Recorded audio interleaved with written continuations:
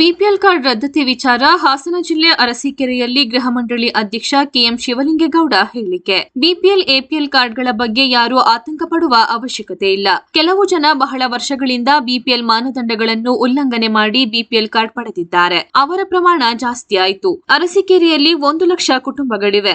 ಆದರೆ 1,10,000 ಕಾರ್ಡ್ಗಳಿವೆ. ಇದೇ ರೀತಿ ರಾಜ್ಯದಲ್ಲಿ ಪರಿಶೀಲನೆ ಮಾಡಿದಾಗ ಗೊತ್ತಾಗಿದೆ. ಟ್ಯಾಕ್ಸ್ ಪೇ ಮಾಡುತ್ತಿರುವವರು ಸರ್ಕಾರಿ ನೌಕರರು ಇರುವುದು ಗೊತ್ತಾಗಿದೆ. ನಿಷ್ಪಕ್ಷಪಾತವಾಗಿ ಅಕ್ರಮ ಕಾರ್ಡ್ಗಳನ್ನು ತೆಗೆಯಬೇಕು. ಎಲ್ಲಾ ಪಕ್ಷದವರು ಇದಕ್ಕೆ ಸಹಕಾರ ಕೊಡಬೇಕು ಎಂದರು. ಎಕ್ಸಿಟ್ ಪೋಲ್ ವಿಚಾರವಾಗಿ ಮಾತನಾಡಿದ ಅವರು, ಕಳೆದ ಬಾರಿ ಎಕ್ಸಿಟ್ ಪೋಲ್ ಫೇಲ್ ಆಗಿದ್ದಾವೆ. ಎನ್ಡಿಎ 400 ಸೀಟ್ ಅಂದ್ರು 240 ಬಂದ್ರು. ಇತ್ತೀಚೆಗೆ ಎಕ್ಸಿಟ್ ಪೋಲ್ ಫೇಲ್ ಆಗ್ತಿವೆ. ನಾನು ಎಕ್ಸಿಟ್ ಪೋಲ್ ನಂಬಲ್ಲ. 2 ದಿನಗಳಲ್ಲಿ ರಿಸಲ್ಟ್ ಬರುತ್ತೆ. ಜನ ಏನು ತೀರ್ಪು ಕೊಟ್ಟಿದ್ದಾರೆ ಅದನ್ನು ಒಪ್ಪಿಕೊಳ್ಳಲೇಬೇಕು. ಎಕ್ಸಿಟ್ ಪೋಲ್ ಬಗ್ಗೆ ನನಗೇನು ನಂಬಿಕೆ ಇಲ್ಲ. ಚನ್ನಪಟ್ಟಣದಲ್ಲಿ ಅಲ್ಪಮತಗಳಲ್ಲಾಗಲಿ 5ರಿಂದ 10 ಸಾವಿರದೊಳಗಾಗಲಿ ನಾವು ಗೆಲ್ತೀವಿ. ಗೆದ್ದೇ ಗೆಲ್ತೀವಿ ಎನ್ನುವ ಭರವಸೆ ಇದೆ ಎಂದರು. ಇದನ್ನು ಏನಾದರೂ ಮಾಡಿ ಯಾರು ಟ್ಯಾಕ್ಸ್ ಪೇಯರ್ಸ್ ಇದ್ದಾರೆ, ಯಾರು ಸರ್ಕಾರಿ ನೌಕರಿದ್ದಾರೆ, IAS IPS ಆಫೀಸರ್ಸು ಇಂಥವ್ರ ಮನೆಗೆಲ್ಲ BPL ಕಾರ್ಡ್ ಹೋಗೋದು ಅಂತಂದರೆ ಎಲ್ಲೋ ಒಂದು ಕಡೆ ಅದು ಮಾನದಂಡವನ್ನು ಸರ್ಕಾರದಲ್ಲಿ ಬಡವರಿಗೆ ಸಿಕ್ಕಬೇಕಾದಂಥ ಸತ್ತು. ಇನ್ನು BPL ಕಾರ್ಡ್ ಹೋಲ್ಡರ್ಸಿಗೆ ಹೆಚ್ಚಿನ ಸೌಲಭ್ಯ ಕೊಡಿ ಅಂತ ಕೇಳಿ. ಈಗೇನು ಅನ್ಯಾಯವಾಗಿ ಅಕ್ರಮವಾಗಿ ಪಡೆದಿರ್ತಕ್ಕಂಥ BPL ಕಾರ್ಡಿನ ಹಣನ ಸವಲತ್ತುಗಳನ್ನು ಉಳ್ತಕ್ಕಂಥವ್ರಿಗೆ ಭಾಳ ವರ್ಷಗಳ ಹಿಂದೆ ಕೊಟ್ಟಿರ್ತಕ್ಕಂಥದ್ದು ಈಗ ಇನ್ನೂ ಹೆಚ್ಚಿಗೆ ಕೊಡಲಿ ಸವಲತ್ತುಗಳನ್ನು. ಆದರೆ ಎಲ್ಲರೂ ಒಂದೇ ಅನ್ನೋದಾದರೆ ಟ್ಯಾಕ್ಸ್ ಪೇಯರು, ಇನ್ಕಮ್ ಟ್ಯಾಕ್ಸ್ ಕಟ್ಟೋರು ಒಂದೇ, 2 ಲಕ್ಷ 3 ಲಕ್ಷ ಸಂಬಳ ತಗೊಳೋರು ಒಂದೇ, ಗುಡಿಸ್ಲಲ್ಲಿರೋನು ಒಂದೇ ಅಂದರೆ ಇದಕ್ಕೆ ಯಾತ್ಗೆ ಈ ರೀತಿ ಈ BJP ಅವರು ಅರಿ ಬೀಳ್ತಾರೋ ನನಗೆ ಗೊತ್ತಿಲ್ಲ. ಎಲ್ಲ ಯಾರೇ ಸರ್ಕಾರ ನಡೆಸಲಿ, ಇದು ಅನ್ಯಾಯ ಆಗಿದೆ. ಎಲ್ಲೋ ಒಂದು ಕಡೆ ಸ್ಕ್ಯಾಂಡಲ್ ಆಗಿದೆ.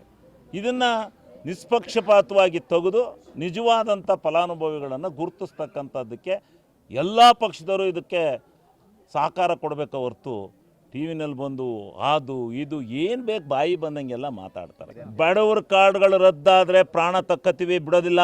ಇಲ್ಲೇ ಬಂದು ತಾಲೂಕು ಆಫೀಸ್ ಮುಂದೆ ಕೂತ್ಕೊಂಡು ಒಬ್ಬನೇ ಒಬ್ಬ ನಿರಾಪರಾಧಿಗೆ ಏನಾದರೂ ತಪ್ಪಿದರೆ ಅವನು ನಿಜವಾದ ಫಲಾನುಭವಿ ಅಂತೇಳಿ ಗೊತ್ತಾದರೆ ನಾವಿದ್ದೀವಿ ಶಾಸಕರುಗಳು. ನಾವಿಲ್ಲಿ ಇನ್ನೂ ಏನೂ ಆಗಿಲ್ಲ.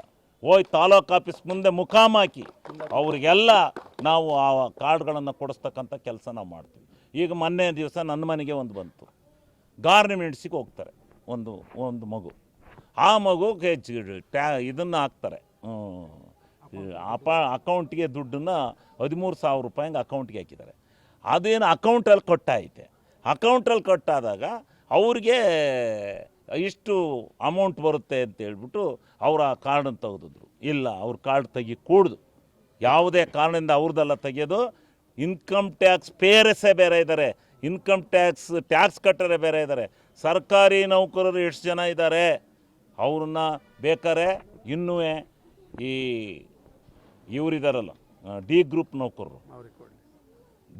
ನೌಕರರಿಗೆ ಕೊಡಿ, ಅವ್ರಿಗೆ ಸಾರಾಸಟ್ಟು ಕೊಡಿ. ಡಿ ಗ್ರೂಪ್ ನೌಕರರಿಗೆ, ಗೌರ್ಮೆಂಟ್ ಎಂಪ್ಲಾಯ್ ಇದ್ದರೂ ಕೂಡ ಡಿ ಗ್ರೂಪ್ ನೌಕರಿಗೆ ಕೊಡಿ. ಏನಾಗಲ್ಲ, ಅವ್ರ ಪಾಪ ಕಷ್ಟದಲ್ಲಿದ್ದಾರೆ. ಇವತ್ತಿನ ಇದರಲ್ಲಿ ಅವರಿಗೆ ಹಣ ಸಾಕಾಗ್ತಾ ಇಲ್ಲ. ಡಿ ಗ್ರೂಪ್ ಯಾರ್ಯಾರು ಇವರಿದ್ದಾರೆ ಅವ್ರಿಗೆ ಕೊಡಿ, ನಾವು ಬೇಡ ಅಂತ ಹೇಳೋದಿಲ್ಲ. ಆದರೆ ಎಲ್ಲ ದೊಡ್ಡ ಕುಳುಗಳೆಲ್ಲ ತಗೊಳೋದಾದರೆ ಬಡವ ಶ್ರೀಮಂತ ಅನ್ನೋ ಭೇದ ಇಲ್ಲಿ ಬ್ಯಾಂಕಿನವರ ತಪ್ಪಿದು. ಬ್ಯಾಂಕ್ನವರು ಯಾರಿಗೆ IT ರಿಟರ್ನ್ ಕೇಳಬೇಕು? ಅವನಿಗೆ ತಿನ್ನಕ್ಕೆ ಅನ್ನಿರೋದಿಲ್ಲ. ಅವನಿಗೆ ಅದೆಂಥದ್ದು ಸಿವಿಲ್ ಸ್ಕೋರ್ ಇವರು ವಾಲೆ ಆಡ ಇಡಕ್ಕೆ ಹೋದ್ರು ನೀನು ಸಿವಿಲ್ ಸ್ಕೋರ್ ಎಲ್ಲೂ ಅಂತ ಕೇಳ್ತಾರೆ. ಸರ್ಕಾರ ಗಮನಿಸಕ್ಕೆ ಹೊಂಟಿದೆ. ಈಗ ಒಂದು ಹೆಜ್ಜೆ ಮುಂದಿಟ್ಟಿದೆ. ಈಗ ಇಡೀ ಭಾರತ ದೇಶದಲ್ಲಿ ಆಗಬೇಕು. ಸೆಂಟ್ರಲ್ ಗೌರ್ಮೆಂಟು ಇದಕ್ಕೆ ಇನ್ವಾಲ್ವ್ಮೆಂಟ್ ಆಗಬೇಕು. ಇಡೀ ಭಾರತ ದೇಶದಲ್ಲಿ ಇದೊಂದು ಸ್ವಚ್ಛತೆ ಆಗಬೇಕು. ಸ್ವಚ್ಛತೆಯಾಗಿ ಬಡವನಾಗಿ ಅವನು ಮುಂದೆ ಬರಲಿಕ್ಕೆ ಅವನಿಗೆ ಸವಲತ್ತುಗಳು ಕೊಡಬೇಕು. ಶ್ರೀಮಂತರಿಗೆ ಕೊಟ್ಟು ಸವಲತ್ತನ್ನು ಮತ್ತೆ ಮುಂದಕ್ಕೆ ತರ್ತಕ್ಕಂಥದ್ದಲ್ಲ. ಅದಕ್ಕೋಸ್ಕರ ನಡೀತಕ್ಕಂಥ ಯುದ್ಧ ಇದೊಂದು ಇದನ್ನು ಕೆಣಕಿದ್ದಾರೆ. ಇದಕ್ಕೆ ಎಲ್ಲ ಪಕ್ಷಾತೀತವಾಗಿ ಪಕ್ಷವನ್ನು ಮರೆತು ಇದನ್ನು ವ್ಯವಸ್ಥೆ ಮಾಡ್ತಕ್ಕಂಥದ್ದು ಪ್ರತಿಯೊಬ್ಬ ರಾಜಕಾರಣಿಯ, ಪ್ರತಿಯೊಬ್ಬ ಪಕ್ಷದವನ ಕರ್ತವ್ಯ ಇದೆ. ಅದನ್ನು ಬಿಟ್ಟು ಇವರು ನಾಟಕಕ್ಕೋಸ್ಕರ ಬಂದು ಟಿ ವಿ ಮುಂದೆ ಕೂತ್ಕೊಂಡು ಹಂಗಾಯಿತೆ ಜನಗಳೆಲ್ಲ ಇದು BPL ಕಾರ್ಡ್ ತೆಗಿತಾರೆ. BPL ಕಾರ್ಡ್ ಯಾತು ಬಡವರು ತೆಗಿತಾರ್ರಿ? ನನ್ನ ಕ್ಷೇತ್ರದಲ್ಲೇ ನಾನು ಒಂದೇ ಒಂದು ಬಡವನಿಗೆ ಒಂದೇ ಒಂದು ಕಾರ್ಡ್ ಹೋಗ್ದಂಗೆ ನಾನು ನೋಡ್ಕೊತೀನಿ. ಹಾಂ,